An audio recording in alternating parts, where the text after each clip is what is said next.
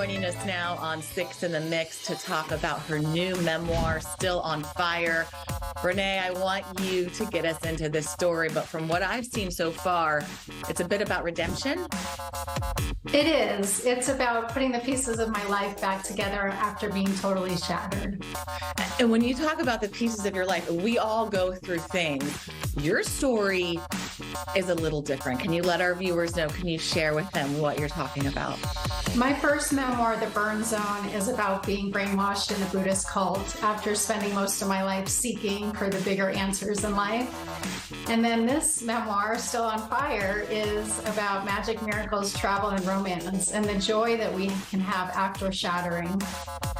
Renee, for someone who may never have experienced anything like a cult or known somebody, one of the honest questions is like, how did you let that happen? Do you get that a lot?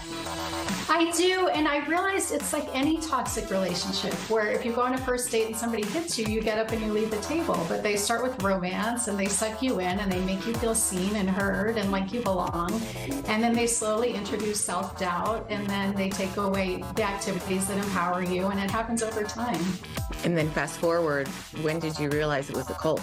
I kind of realized all along, but again, like any toxic relationship, the red flags were there, but I had lived life my way for 33 years and it wasn't working for me. And so I wanted to try something different.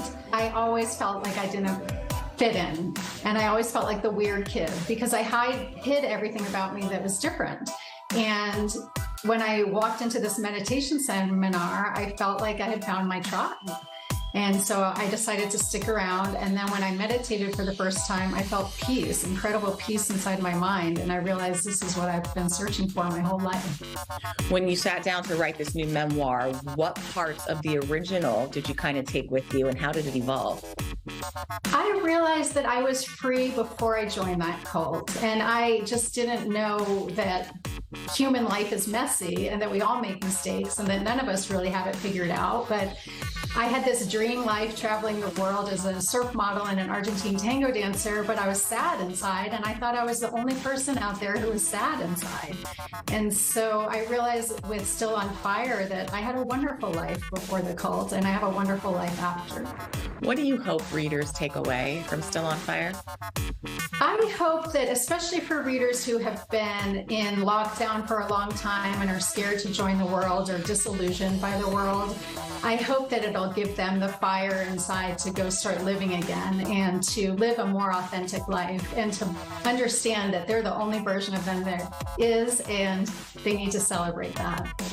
I think your story is fascinating. I think offering readers Still on Fire, another part of your journey, is going to impact so many people. Renee, thank you so much for joining us here on Six in the Mix.